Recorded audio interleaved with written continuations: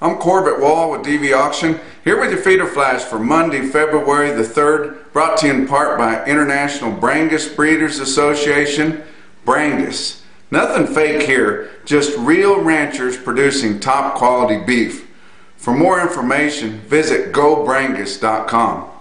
The Super Bowl. I tell you what, everybody's excited about the Super Bowl. I'm recording this before the Super Bowl because I don't know if you guys can tell or not, but I'm rooting for one side. I'm all about the Chiefs, and I've got to admit I'm a die-hard Pittsburgh Steelers fan, but I lived less than an hour from Arrowhead Stadium for 15, 16 years, and I've been to a jillion games, and I've got so many good friends up there in that northwest Missouri area, and they're all rooting for the Chiefs, and Pittsburgh's not playing, so I'm with the Chiefs too. I'm betting on the Chiefs, I'm rooting for the Chiefs, and pretty much all us cattle people, we like the Chiefs, right? It's the only team in the 5-area feeding region. If you don't count Denver, it may be in there just on the skiff of it, but anyway, I think most of us here in the central part of the United States can agree that we want to see the Chiefs win, and so that's what we're talking about on the Super Bowl as far as football. But look at the Super Bowls. What I'm talking about is this: is it 70 degrees throughout the middle third of the United States, and that's where most of your cattle are produced. The good thing is it's 70 degrees. The bad thing is it's 70 degrees, right? When it's this time of the year and you've had quite a bit of snowfall and there's a lot of frozen moisture in the ground, you find out that these lots do not have a bottom to them, guys. And I mean, you can absolutely sink below past your knees, and you think you're going to find a bottom and you never find a bottom. In fact, most of your guys up in the Midwest would rather it be like clear, cold and clear, like in the teens. You kind of get a freeze dry in your lots. You can go out there and dodge the fresh piles and do your chores, you know, in your Sunday go to meeting boots, and it's a better way. Cattle can lay down, they don't get muddy.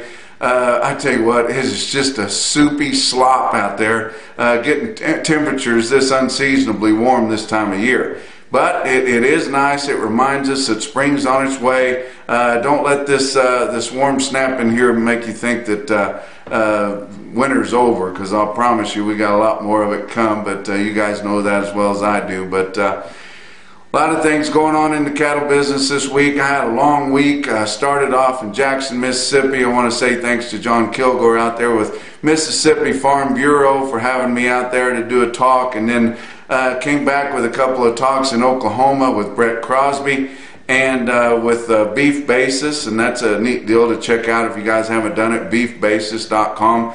But had one there in Durant, Oklahoma. Durant Stockyards promoted it. Want to say thanks to Jeff Azaleas for doing that. Enjoyed being there with him. And then came back to Oklahoma City there on Thursday, and National Livestock put a meeting on there at Embassy Suites in Oklahoma City. Then finished up the week at a Hereford bull sale and Angus bull sale there at Messner Ranch in Slap Out, Oklahoma. But back in the friendly confines, ready to watch the Super Bowl, and I hope I get this out, and I hope a few of you get to watch it before the Super Bowl actually happens. But I figured I'd better get it done, because I'm either going to be happy or sad after the Super Bowl. Neither one of those are conducive for a good feeder flash report.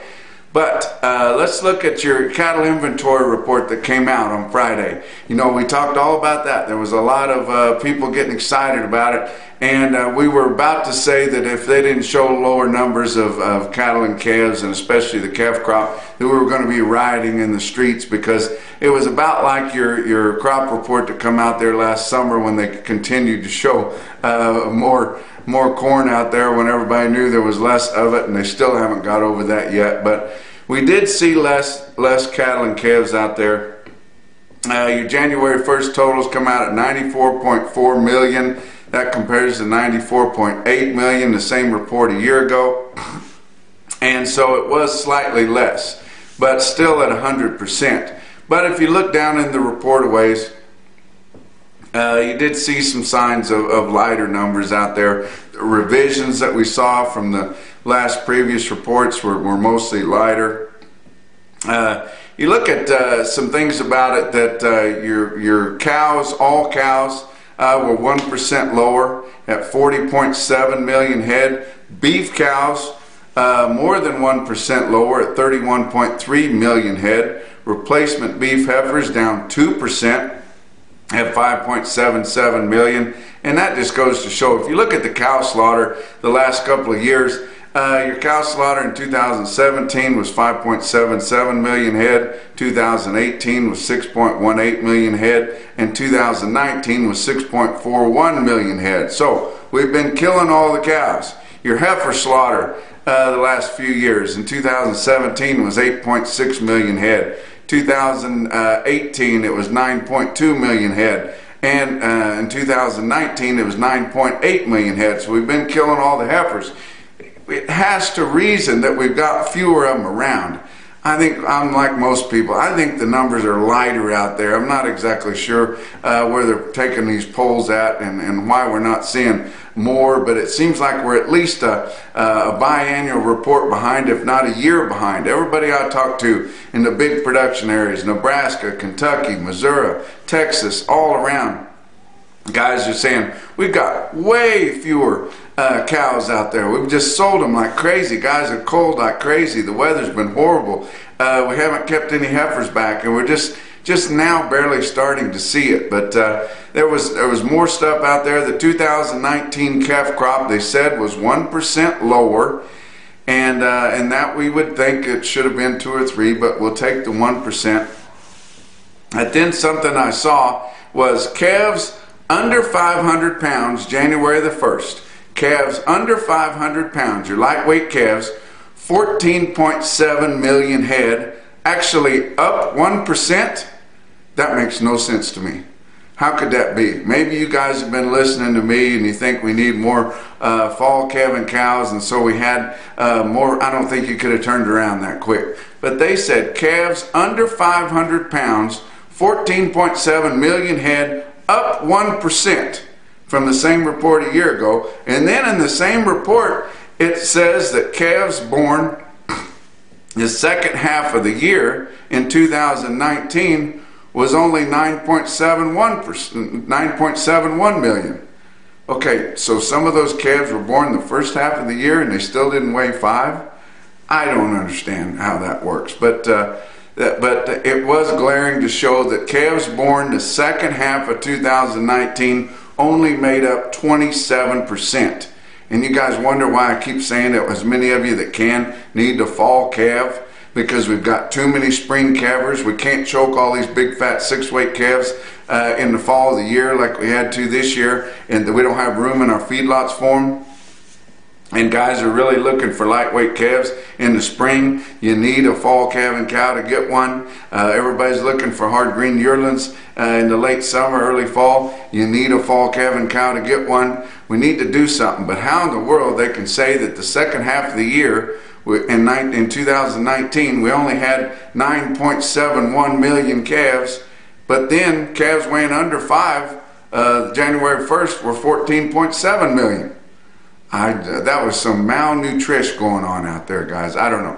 But let's look at the board for last week, and it was all about that coronavirus, guys. And how did we see that coming? Just completely out of left field, and you know, things like that are going to happen. How in the world this coronavirus is going to affect cattle prices and beef demand, you know, 6 months, 8 months, a year down the road? How in the world could we say that? And if you don't have any more faith in Centers for Disease Control and our ability to get this stopped than that, you know, why do you even get up in the morning? It's unbelievable. Let's look at February live cattle futures. Monday was down $2.60. Tuesday down a dime. And that big loss on Monday, when you got to your out fronts, it was a whole lot more. Tuesday down a dime. Wednesday down 40. Thursday was actually up 2 cents. And Friday down 40 cents. With your February live cattle futures ending the week at 121.37, down $3.48 for the week. April ended the week 119.67, down $4.63 because the losses were much more severe on the Monday. Look at your March feeder cattle. And, you know, we lost January. January went off the board there last day of the month at 142.45, actually up 60 cents. That's why I say don't get the futures confused with the market. So we got to the end of January. That contract had matured on January feeder cattle. So then the futures was actually the market.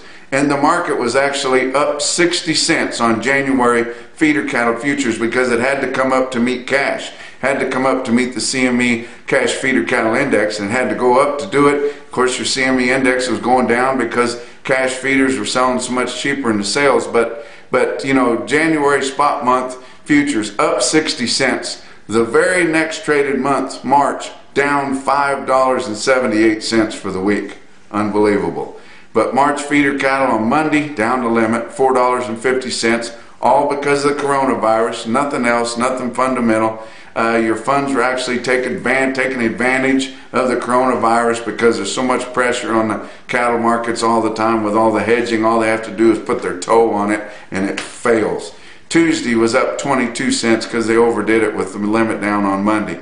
Wednesday was down 42. Thursday actually up 67 and Friday up 42, with March feeder cattle ending the week at 136.07. Like I said, down $5.78 for the week. April ended the week at 137.52, down just $2.15. Actually, no, that's not right because I was comparing that. April ended the week at 137.52. Fats through Thursday, almost 50,000 head of fats. Be a little bit of cleanup trade on Friday, but not a whole lot. But your live sales in the 5-area feeding region from 119 to 124, mostly 122 to 122 and a half, with a weighted average through Thursday at 122.07, mostly $2 lower, right? Your dress sales 190 to 196, mostly 194 to 195, $4 to $5 lower, right? And your weighted average on dress steers 194.47 through Thursday. But like I said, we'll have some more cleanup sales on Friday, so that's not necessarily your weekly weighted average. Box beef cutout values a little bit lower, and that had to do with the coronavirus also. It just pressured everything. Choice cuts, your weighted average for last week, all the trading that went involved there, 213.26 down $1.52. Selects, weighted average for the week 211.35 down 82 cents. Choice select spread for the weekly average just under $2 at 191, and almost 600 loads, 589 loads of cuts, grinds, and trimmings, and that's a pretty good volume there, especially for a week when everybody was scared to death about this virus. Your slaughter for the week 637,000, 10,000 less than the big week the previous week, but 44,000 head less than the same week a year ago, and that's making a big difference. So if these packers want to continue to keep these chain speeds moving, continue to work through these cattle, and they're sending the beef demand is great, both domestic and overseas. Let's talk about your feeder cattle market. Real-time index with DV auction sharply lower for the week.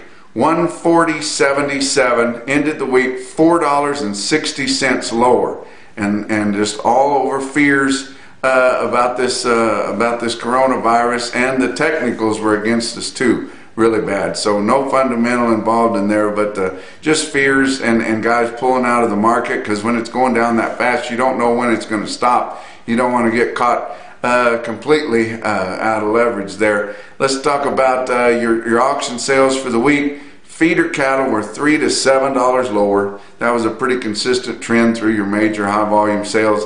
Calves sharply lower. And you say, how much is sharply? Well, so much you can't hardly get a good grip on it. They were all lower, and some of them just dollars and dollars lower, $10 or more. Look at some of your late week quotes. How about Fort Scott, Kansas there on Saturday? Pretty good sale, but you can kind of see how much lower it is. Look at these load lots and bigger out of Fort Scott are 8-weight steers, and they sell them there, guys, on a Saturday. 133 to 140 and a half on 8-weight steers there on Saturday in Fort Scott. Look at this one long string, 124 head, 868 pound steers bring 137 and a quarter, and that's how much lower it is, guys. That's the market. St. On, South Dakota, They had some lightweight steers sell pretty good there. 84 head, 534 pound lightweight steers bring 187 and a quarter. And you look at these steers from Burwell, Nebraska, some light 6-weight steers there selling well over 170. And that's your feeder flash for Monday.